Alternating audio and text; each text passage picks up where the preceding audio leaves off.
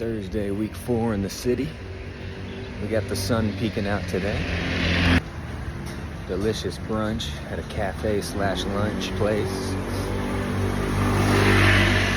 We got spicy pork red curry with rice and a mocha. And now I'm gonna hit another coffee shop. Whip the computer out, get another coffee, and put in some computer work. And I've kind of been like fasting until lunchtime for a number of reasons.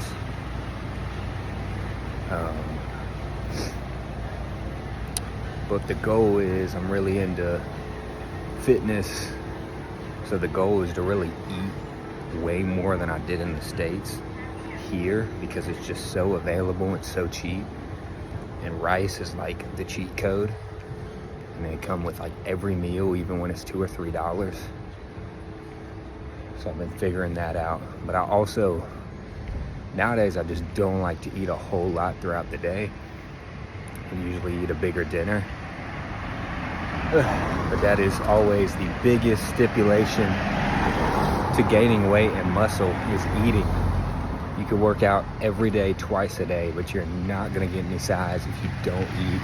And that's always been my dilemma. And I think I was more like peak strength a few months back, like 6 months, because I was really lifting heavy weight in the gym.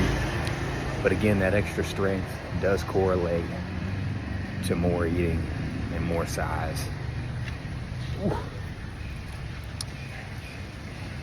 So it's a balance here, but fasting has always been really good for my energy levels. Brown sugar joint right there. So I'm always trying new things and stuff. But it's also because I have literally just water and a little milk and some instant coffee. That's all I have in my Airbnb. Snacks, I've been getting the hard-boiled eggs from 7-Eleven. I wish they had a 12-pack of hard-boiled eggs. I have to find that somewhere. Now granted, I could just get 6 of those little packs, but it's got to be a value deal somewhere. But they do have a company that makes the chicken shakes fresh daily.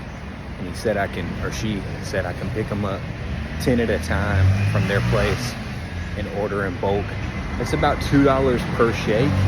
And it's literally just blended chicken with fruit and milk or yogurt, and it tastes so good, I kid you not. So that would be $60 for 10 bottles per week. So that'd be a month's worth of daily meals. Because again, you can pick them up 10 at a time, but the commune would be a few dollars each week. But I really enjoy those, and that would be like right up my alley because it's so quick and it's not like a protein shake. It's literally just blended, simple food. It claims to have 50 grams of protein and dang near 500 calories. Then my other question was, well, what's the consistency on that, since it's kind of a local joint. But I don't think that really stretch the truth too much on that. Because chicken is packed with protein, and milk and yogurt are packed with calories. So leaning towards that. But that's just the diet dilemma I have here.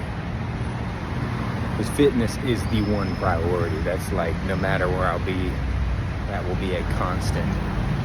I just like that the mental and physical benefits are just too good to even discount, If I were to go a long duration without that, it would just be like detrimental to my mental, which is a blessing. And I had my first drink the other night in like 6-8 months. It was like barely anything, but I actually felt kind of sick a couple of days after. I forgot. Not really hungover, but just like cold symptoms. But I feel like with all this inner work I've done, you know, it's kind of like I've transcended a lot of the physical. So it's like stuff like that. It just doesn't affect my mental. I mean, granted, I wasn't slamming shots or anything, but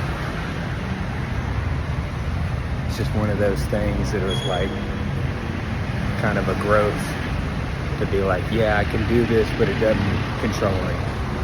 And that's the biggest thing with life and, you know, the Buddhist practice of detachment and not being all those things.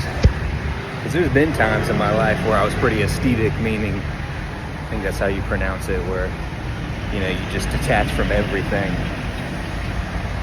But I think if you do that and still try to function in the world, there's a lifestyle for that. You know, you could be an ascetic monk, but I think it does harm the psyche if you completely detach from the physical, because then, you know, you're still in this existence, but you're still suffering because you're trying to detach from everything around you.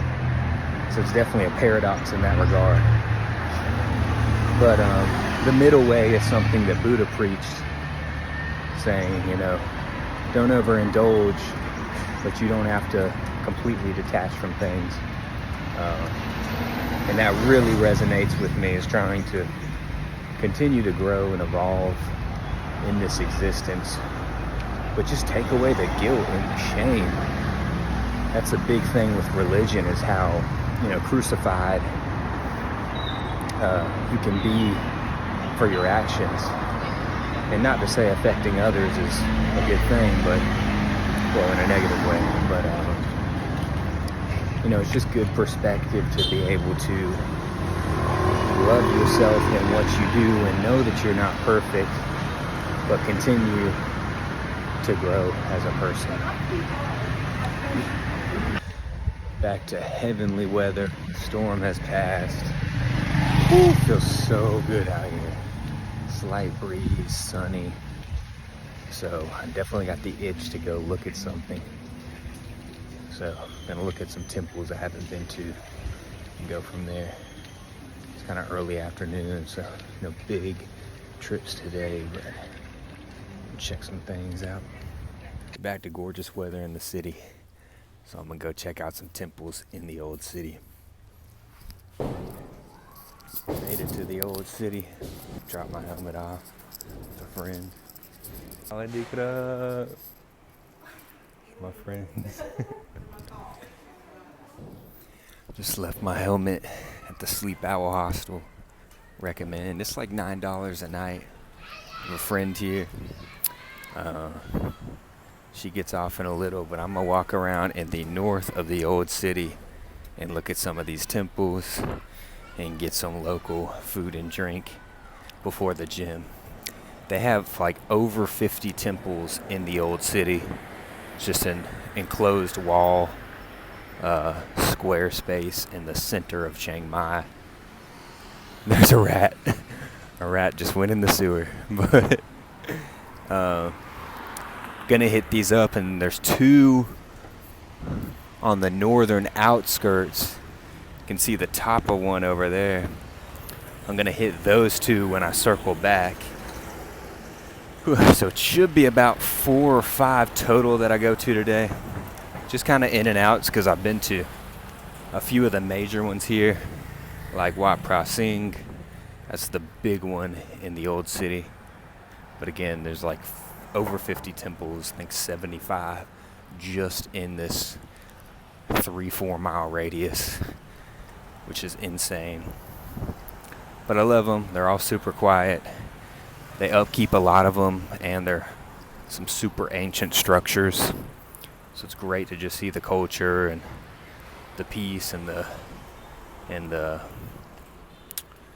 really the calmness that surrounds these structures. But I am really hungry, so we're gonna pop in. There's also some simples. There's also some temples with Thai massages attached to them and like markets too. So they really, some really nice structures here. Love the architecture. And they utilize bells too. So in times like this where it's real sunny and breezy, it's a meditation in itself, just walking around these places.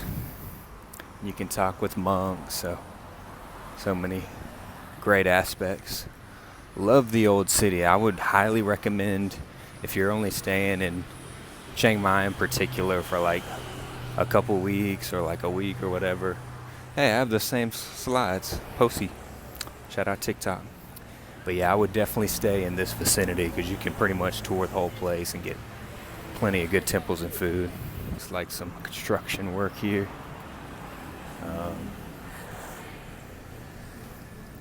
The old city didn't get too affected with these floods, thankfully. It's got a nice moat that surrounds it. But without further ado, I'm going to jump to some of these temples. Let's go. This is the first temple that I'm checking out in the north of Old City. Kind of tucked in, right close to the outskirts. Wow. Looks incredible.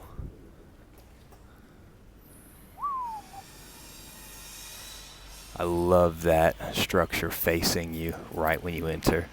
So nice.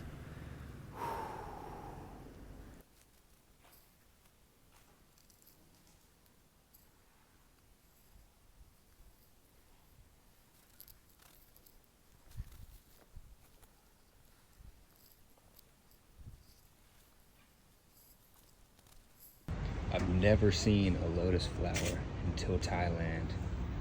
They are even more beautiful than you imagine. They don't even look real. Gorgeous flowers.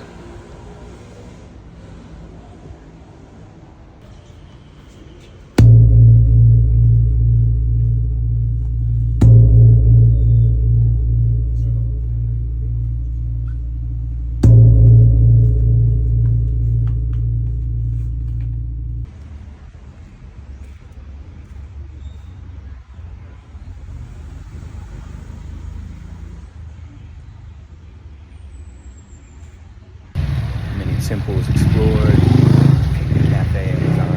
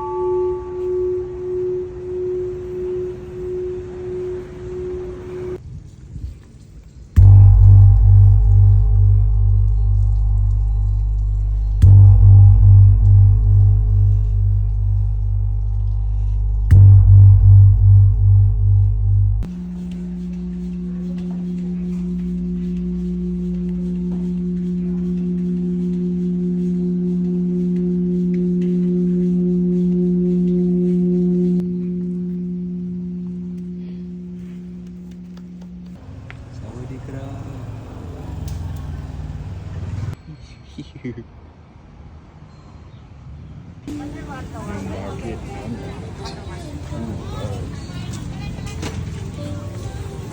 A lot of steps in this cafe. Super chill place.